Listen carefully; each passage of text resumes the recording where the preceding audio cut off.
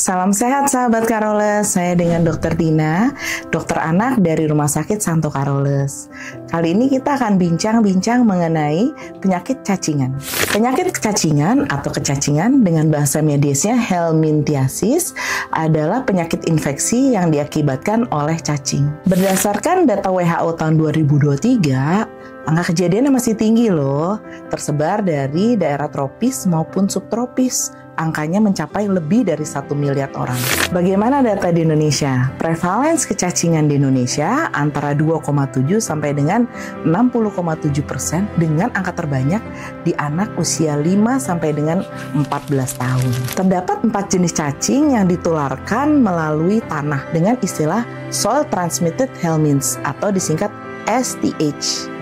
Nah, 4 jenis cacing ini adalah cacing tambang, cacing gelang, cacing kremi, dan cacing cambuk. Cara penularannya adalah melalui telur cacing pada tinja orang yang terinfeksi. Di dalam usus, cacing dewasa akan menghasilkan ribuan telur setiap harinya. Nah, transmisi ini terjadi pada telur yang ada pada sayur ataupun makanan yang tidak dimasak dengan baik, pada air, sumber air yang terkontaminasi, atau kebiasaan untuk memasukkan tangan ke mulut tanpa mencuci tangan terlebih dahulu. Sebagai tambahan, telur cacing tambang menetas di tanah akan melepaskan larva yang dalam waktu 3 minggu, larva ini akan berkembang menjadi cacing dewasa. Nah, cacing dewasa ini akan tertular di manusia melalui penetrasi di telapak kaki pada saat orang itu berjalan di tanah tanpa menggunakan alas kaki. Apa saja dampak kecacingan pada anak? 1. Anemia atau kekurangan sel darah merah. 2. Adanya kekurangan gizi, turunnya daya tahan tubuh anak itu sendiri. 4. Gangguan fungsi kognitif, yaitu konsentrasi, perhatian, ataupun penurunan cara memecahkan masalah. Dan yang terakhir adalah gangguan tumbuh kembang. Bagaimana pencegahannya? Tentu saja mencegah lebih baik daripada mengobati.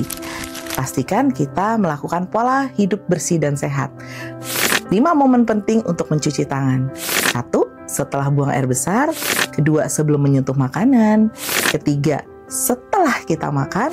4. Sebelum menyusui. Dan 5. Setelah beraktivitas. Pastikan untuk membersihkan sayuran dan buah-buahan dengan baik dan memasak makanan dengan tepat. Jangan lupa untuk memotong kuku secara rutin. Buang air besar pada tempat yang tersedia, tentu saja pada jamban yang sehat. Jangan lupa menggunakan alas kaki saat beraktivitas ataupun bermain di tanah. Menjaga kebersihan air dan lingkungan, melakukan promosi kesehatan melalui edukasi dan juga sosialisasi. Pemberian obat cacing sesuai sasaran, sesuai dengan POPM, program pemberian obat pencegahan secara massal. Dan yang terakhir, jangan lupa apabila ada gejala kecacingan, segera dibawa ke dokter untuk mendapat penanganan yang tepat. Terima kasih, salam sehat, semoga bermanfaat.